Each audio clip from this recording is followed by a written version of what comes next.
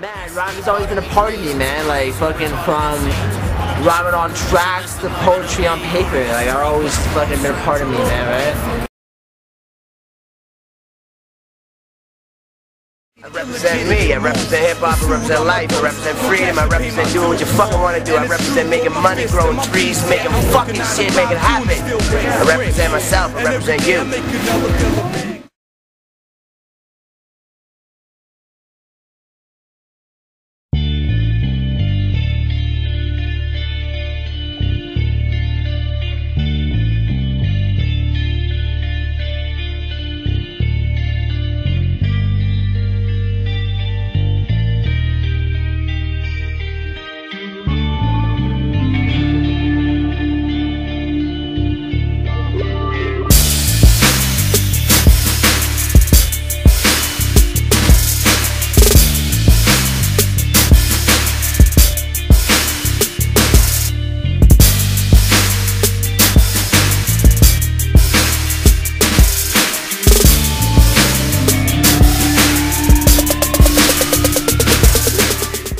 More.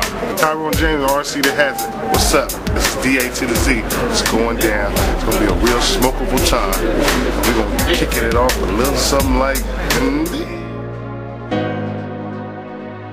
I just became obsessed with the studio and being in the studio, and then I started wanting to make beats. For example, we got Dope Flows in the house. I don't know what the hell he's playing right now.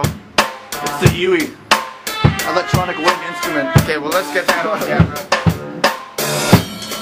I love the Yui.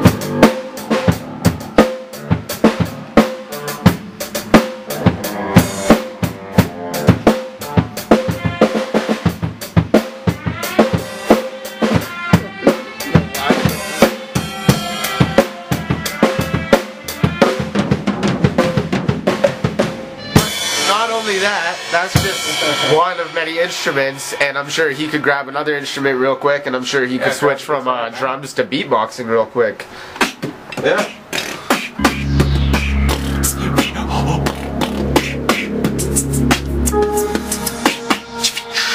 And then rappers, and then be like, and then next you beatbox. I can take a flow, and I like take a beatbox, and then they all react crazy like my beatbox nuts, and I didn't even know that my beatbox was good. And then they're. Can you do a beatbox right now? Just like a 10-second example. Oh, okay, like. Sorry to put you on. Sorry to put you on the Been doing this the whole time with everybody. Drop the beat, drop the beat,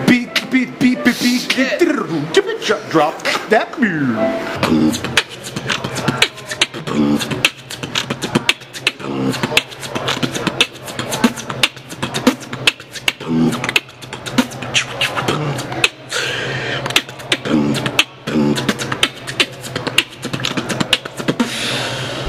Well, I started making beats out of necessity because I just couldn't wait around for anyone any longer, and also I was really sick for a little while and I couldn't sing and I couldn't find the words, so I needed some other kind of outlet, so I started making beats. Insight. Some of this, good thought, good music, good machines, good sounds, and you know, it's all about this right here. Use your imagination, it can take you places that you never know. And don't let these other guys fool you. You know what I'm saying? A lot of shit that been done, I did it. A lot of it. I enjoy producing more than I enjoy rapping, to be completely honest. Regardless, it's a vibe that you can go off of. When you make a beat, there's nothing. I think I started with the wave. Like a little Mario sound.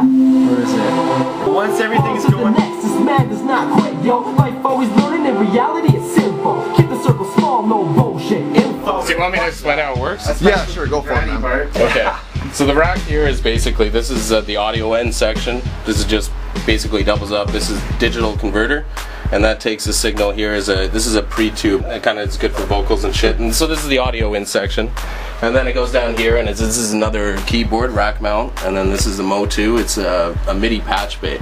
This is just a little effects unit. The creative process behind that is just, I feel like the music has to tell a story as much as the words do.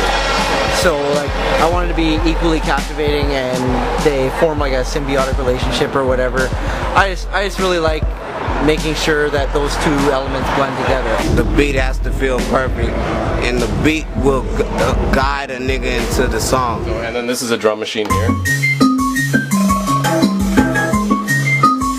And they're all linked together to kind of play right off the bat. But this is a drum machine here if you want to make beats. And same with this guy here, and they're all linked in with the beat syncing, so you can start something and you can just kind of build it and then record it and then twist with it and fuck with it and do what you like, right? And basically what I do is I start with the drum kit. I start with the different samples, so I start with the kick, and then the snare, and then the hi-hats, and then I make a melody, and I try to make it as catchy as possible. I think you just follow the basic standards, which is your bass, your hi-hat, and your snare, which is like a and then your hi-hats, and then your snare. Right, and then what you do is like you just practice those little like techniques, breathing in with your snare, and practice those breathing techniques, and just practice. Even if it sounds terrible at the beginning, just keep practicing, and you'll end up getting it. I just use whatever I need to use to make these bangers. Nice. Yeah. So I don't know. It's all the inspiration comes from the head. It's not the equipment. It's from up here. I like that. But simplicity is really where it's at right now. Melody as far as the hooks and things like that. I always look at it like hip-hop is like, you think about the clothes, right? So every year is a different style of something that come out every so often. Music is the same thing. It go through changes, and musicality is not, you know, it's not the forefront of everything, but simplicity is. And feeling, they go a lot off feel, you know? What do I think about freestyling? I would say freestyling is like your body, your heart, and your soul, and your mind all going at one time without stopping. Freestyling means there's two versions for me. Freestyling is just saying whatever is on your mind, and then the true version for me is when you're freestyling and you're at a point where you don't realize anyone else present around you, and you're just completely like you're thinking 4, 5, 6, 7 lines ahead, but you don't even know how that's happening.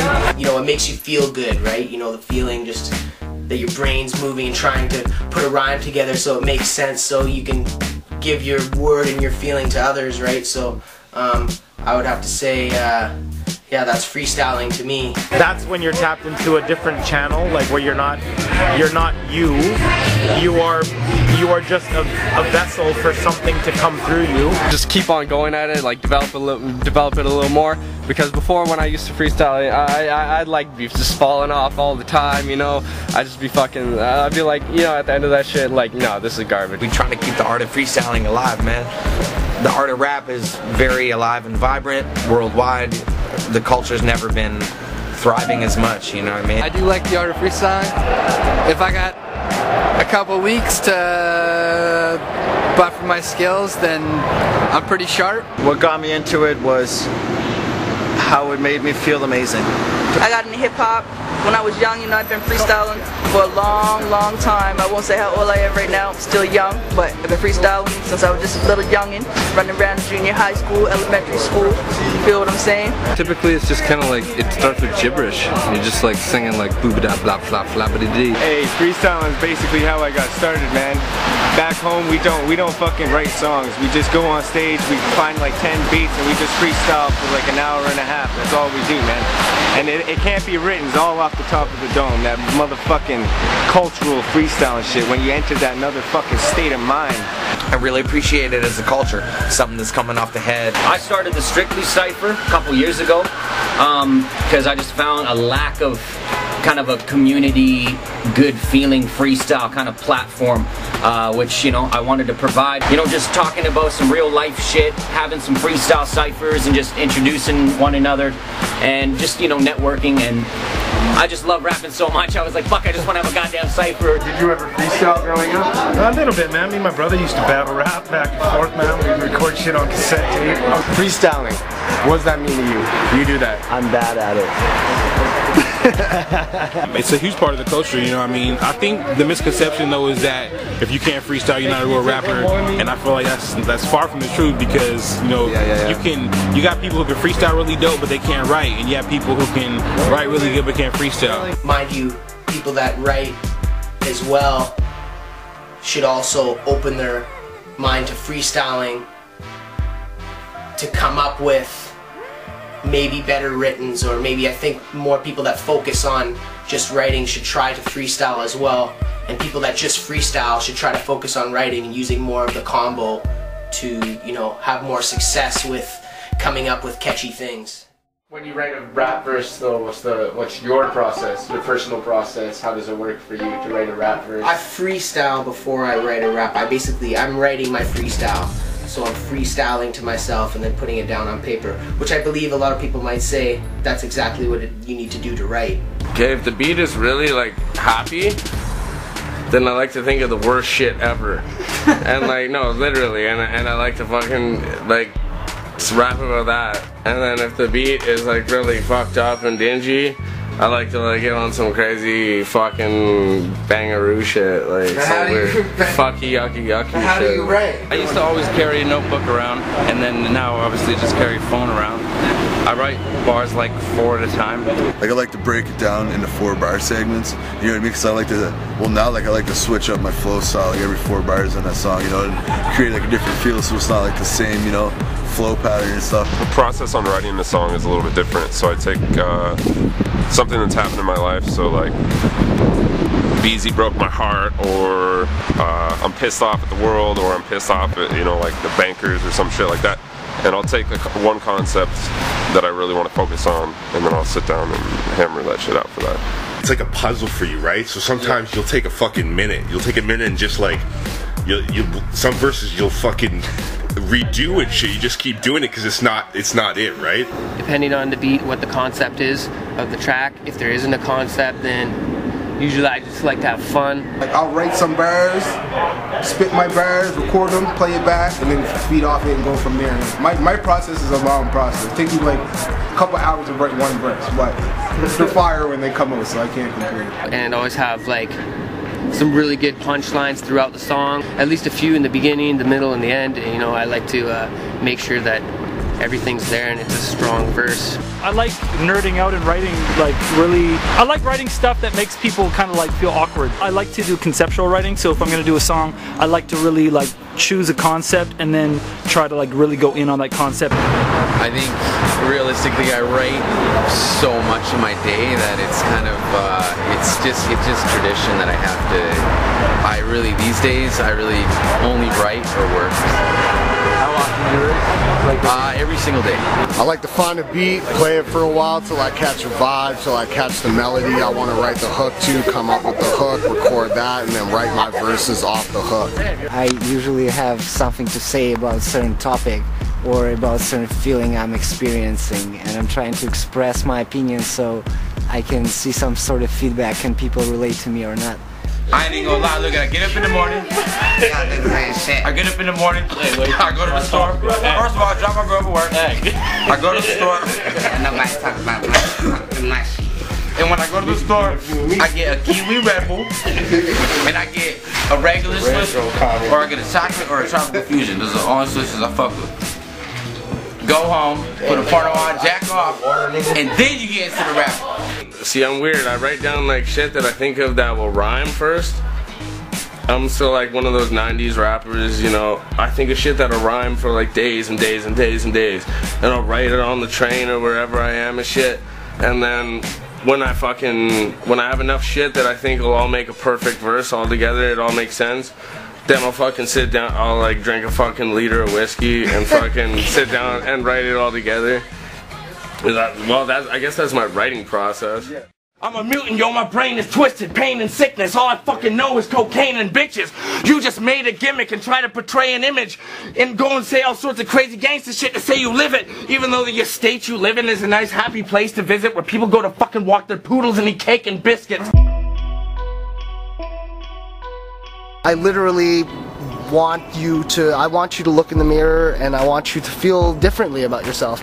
And if I can't think of anything that if I can't think of anything that does that, then I'm gonna try and make the crowd laugh, right? With some like shit that people see about you. Y'all think he's killing it in battle rap? Like I care. I'm fucking up your hard drive like spyware. I can't stand you, soldier. Wouldn't give you my chair. Thank you for your service, but what you deserved was to die there.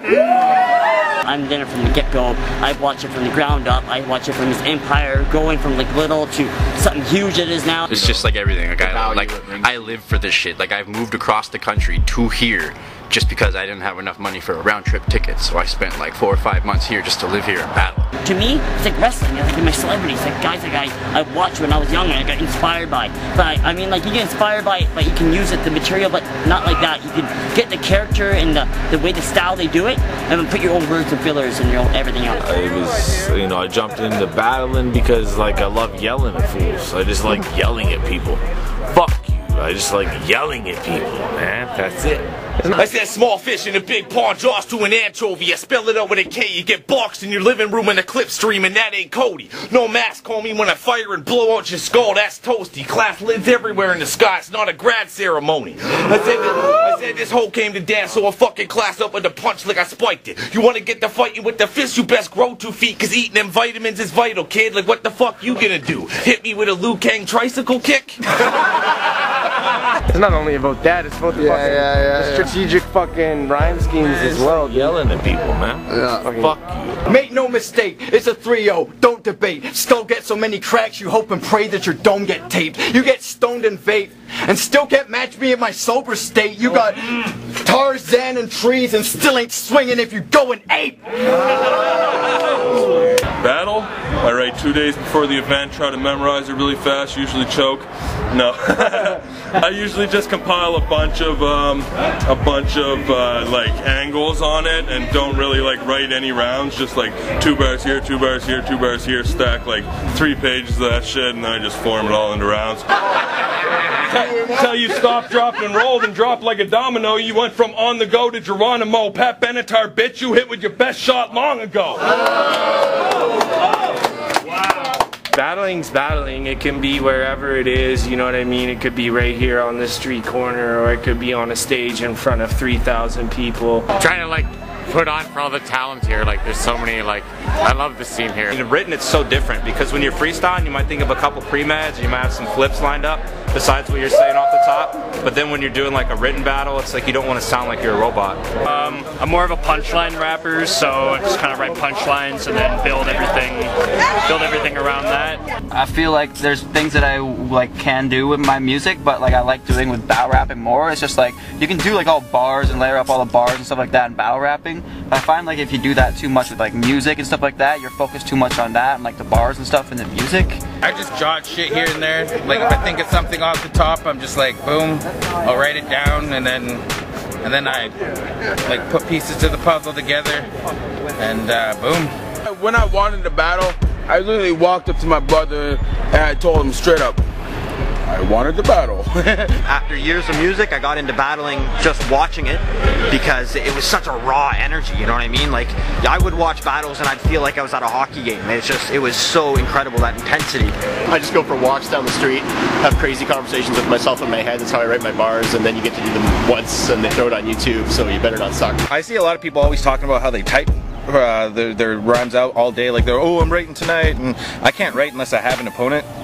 Otherwise, I just feel like it's random, generic shit, so I'll just write whatever, and I don't write for the camera, I write for the crowd, and I'm there to entertain the people, not the ones watching the battle on YouTube, in my opinion. Generic MCs, you know, fuck out of here. Do my best to stand out.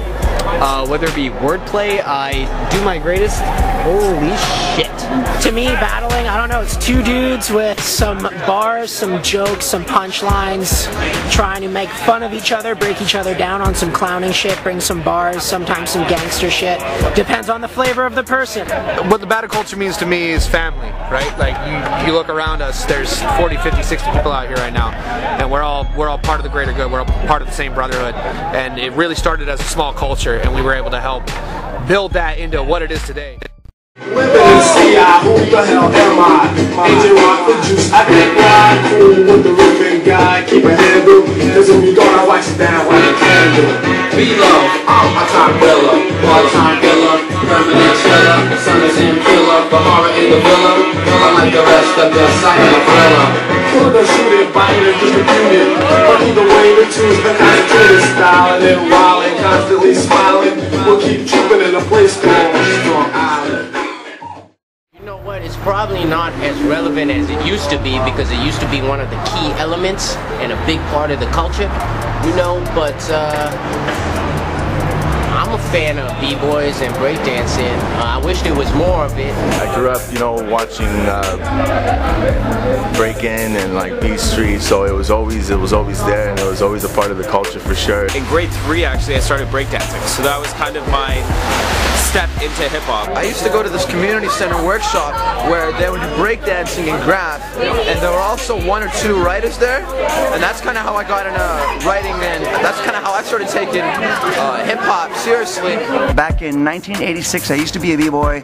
I've had some health issues, heart surgery and all that, so I slowed down on the whole b-boy, but I still go to all the battles. I still do dance a lot, but I do not get down like, as in like head spins and shit.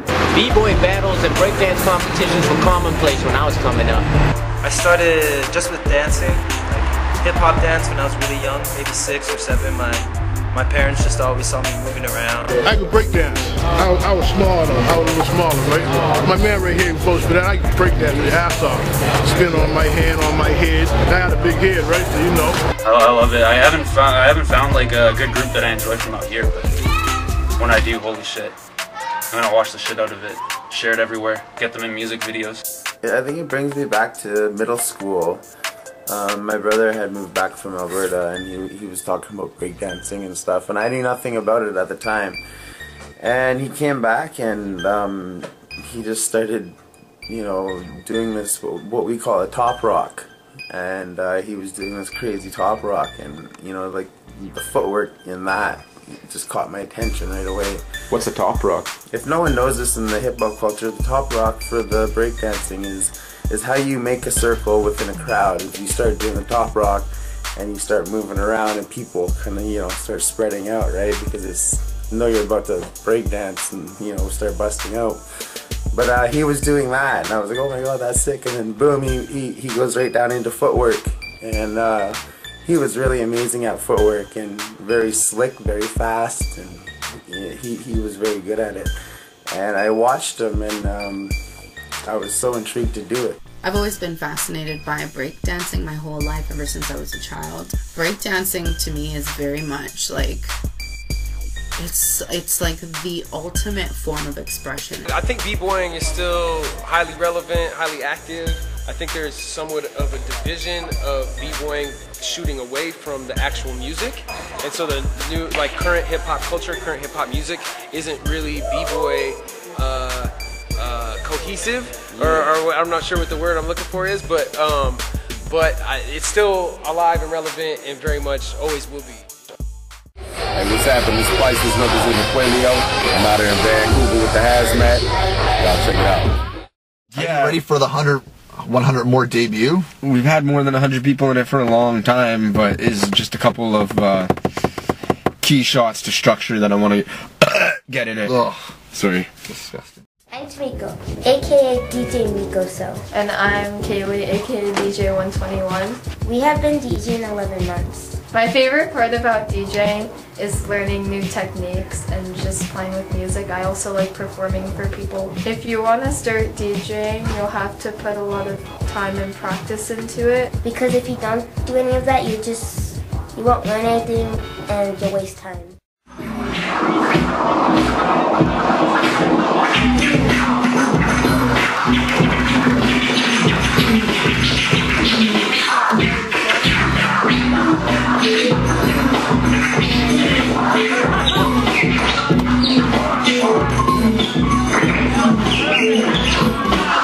So how did you get influenced into the DJ world? When I was about 15 or 16, there was a show in Vancouver called Crispy Biscuit, and there was a DJ that played on that show and went by the name of, still goes by the name of Kilo C, and this man changed my life, made me want to start DJing. Yeah, that was pretty much what set it off. So what you know about hip-hop? I've been doing this for 38 years, since 1979. Everyone that's ever scratched, everyone that's ever rapped, everyone that's ever been in the game, I've met most of them. My first record, I had two first records, and one of them was by Elvis Presley, and the other one was by Eminem. Unfortunately, I don't have them to scratch for you. You take the record out like that, you just throw everything else away, then you put it down on the table, and you gotta clip the thing, and then you move it, and then you press start. And then you start like scratching it. When I was a youngster, I loved music, and I totally wanted to make sure that all my friends could hear the things that I was listening to too. And like back then, it was a little harder to find music. There wasn't so much YouTube and like all these online ways to find music. So yeah, vinyl was the only way. Like, and cassette tapes and recording your own radio shows too. Like, and listening to it later, and just walking around with your Walkman was like one of the only ways to get some of the underground music. So that's really one of my passions, just bringing music to people that haven't heard it before. Having a strong voice for Canadian hip-hop on the airwaves is something that's huge. I think it's something that we're trying to build on and really help represent Canada, and it's something that's amazing. If you can like listen to it, it would actually make some good scratches. You can totally hear the scratches in the background right now. I'm probably destroying this. When I started hearing some of the records that were being put out, like for instance, like I say, Raw Kim, Paid in Full, like when I was hearing the scratches with what they were doing, it just like with Eric B and shit, it was just like holy fuck. I'm always digging through vinyl, man. I'm always crate digging, going through all my vinyl, even going out record shopping and shit like that, and listening all day and just seeing what I want to pick out, what I'm hearing that maybe somebody else isn't hearing, you know what I'm saying? DJ culture is a basic fundamental for hip hop, whether it be US, Canada, all around the world. You go anywhere and a DJ should be able to rock 2 turntables. I mean, you know, I'm a DJ myself, so, you know, I'm DJ marijuana. You hear me? I love the DJ. If it wasn't for the DJ, there wouldn't be no MC. Being an MC means moving the crowd, microphone controller. Those are the 2 things. You're not any less of an artist than the headliner, in my opinion. You know, don't feel like you're inferior. Right. And just work hard and get people to the fucking show, because the promoters and the headliners are going to see that and respect that.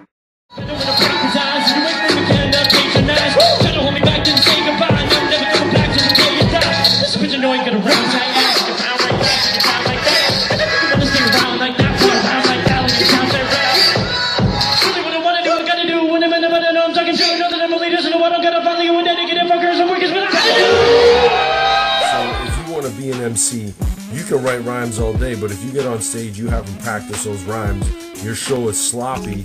Even if you're in the cypher outside, you mess up those rhymes a couple times, you're not moving anybody, you're not controlling any microphones, you're not even controlling the space that you're holding in that cypher. I'm Lucifer's neighbor, pill popping, taking shots on some ruthless behavior, and my crew do it major, the group innovators. I used to see my homies hustle them on 2 for the paper. I in North Face, bubble wear, never had the funds to wear, leftover Tupperware with several days of lunch, and there I lied. I ain't Lucifer's neighbor, I'm his son now, and anybody leeching off the scene's getting run down. I'm just like a really hip-hop purist, MCing, DJing, b-boying, and of course graffiti. I put my hat down for all those graffiti writers out there.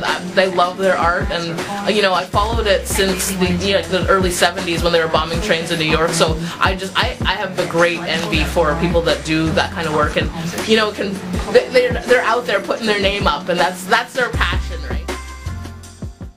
But when I was exposed to it, it just spoke urbanness, like, you know, and it obviously was a prevalent thing in hip hop early on. You can see all the graffiti on all the train cars that go by, and it's like it tells a story. Coming into the scene, I was definitely influenced by graffiti. It's like a whole culture in itself, bringing the graffiti to the music. We have some sick ass artists. I fuck with a lot of artists out here. So many killer artists coming up. Graffiti's awesome, man. It's part of it. I'm an MC. I haven't done the graffiti myself, but you know, I know a lot of people that do. Yeah, it's an inspiration every time I see it. It's the roots, man. With graffiti, it's a full contact sport at the end of the day. Like it's fucking pretty aggressive. Everyone's fighting for the same spots because everything's getting buffed, and the real problem is now the buff that's taking everything. It's a challenge for them, you know, because when you make music, you're making millions of dollars, you know, and you could be a professional, but being a professional artist like painter, it's hard. I don't see it as negative. No, I think it's art. I think that it's creative expression. 4 years ago, I got into a lot of the graffiti scene. 4 years ago, I had my daughter, so it became vice versa, and you know, she's alone taught me ways to have fun with my art, between taking myself back to being a kid as itself and doing finger painting and things like that. And if it wasn't for really like her, I wouldn't have anything to fully strive for, because if family is everything, and you want to make sure that you can support them no matter what and teach them no matter what. And it's funny because no matter how much you want to teach them, they'll teach you. Because of our family, I was definitely inspired to take it to a production level. You know, being able to go and be at your dad's studio and actually hear our stuff recorded, and mixed properly. Yeah, with a live drum. Wow. He was the producer. Right, that was the inspiration right there, and that was when we were children. Like elementary school assignments and shit, when they asked like what you want to be, and I was like, before I even knew what the fuck rap was, I was like, yeah, I want to get on stages and like sing for people and stuff, and like, you know, be like maybe rap and like, you know, just things like that. Like I always was a performer. I grew up around like rehearsals and gigs and stuff. I used to fall asleep on speakers and that. But what blew me away was my dad we used to go down the street and everybody always knew my pop, right? We'd be walking down the street, be like, hey Jason, how you doing? And I'd always be like, Dad, you know that guy? He'd be like, no, somebody knows me. I just love music. It always just like helped me get through my hard times. Like listening to anybody's music. First song I ever made, I actually made for my best friend who committed suicide. Never really wrote, like I wrote poetry and stuff like that, you know what I mean? But then I kind of wrote the song. His family really dug it. I found that the only way I could get my pain and emotions out in a positive way was to just put it into a song, and hopefully it resonates with at least one person and changes their negative thinking. Anybody in this room who spits flows knows what I mean, man. You see that shit, it feels just like, holy fuck, I affected this person, and now I'm rapping, I'm stuck in it, you know? Hip-hop, I got into hip-hop really young. About grade 2, I got, my first tape was Fat Boys Crushin'. When it comes to rap music, like, when it comes to music in general, I kind of came late in the game. Like, I didn't really even listen to music that much until I was like 12, 13. What was the moment you knew you wanted to be a performer? Oh man, as soon as I heard Sam Cooke, when I heard Sam Cooke, it was all over. When I heard Luther Vandross, when I heard, you know, Grandmaster Flash 35, it was all over with the shit, bro. I was already stuck. You gotta connect with yourself to produce the track. If you're talking about like some random shit like money and all this stuff, you're never gonna make them bangers. So you really gotta be real with what you do, and that's the message that I'm trying to like spread out when I'm recording tracks. Just like started writing when I was around 15 and progressed to making music not too long ago, and tits. At the end of the day, man, hip-hop is communal, and the fact that if we bring everybody together more than try to separate and divide us, then we're going to see a lot of good things happen in the next few years. Before I even learned how to love anything, I always learned how to love music, man. Hip-hop, I just relate to it, man. I fucking care about the culture. I care about that real shit. Exactly. That real shit. Vancouver. I love this city. The motherfucking hip-hop is alive. I mean, you know what, this is the last thing I want to say. Sure. This is what I want to say to all the young artists out there and musicians, you know, striving, you know, do it for the love, do it for the money too, fuck it, whatever reason you're doing it, just know now it's easier than it's ever been. I believe in like a DIY culture, do it yourself, don't wait for shit. You know, independence is the key. I think that a lot of people's biggest mistake is they wait around for something to happen to them, and you just have to go out and make things happen for yourself. You know, if it's the thing that you're waiting for, probably you could make it happen if you just try.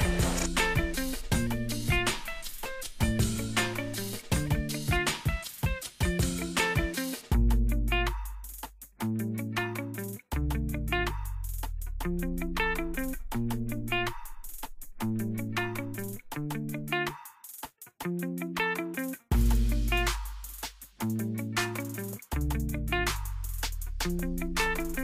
did you learn about, like, just from doing these things and meeting so many people? Everyone's trying to get out there and, like, make a name for themselves and, like, make their mark on the world and everything, but, you know, sometimes there's just not enough room for them all. Everyone's trying to do their thing, and that's just important, is be you and do your thing, because, I don't know, just don't imitate people, and, I don't know, just do what makes you happy and live your life.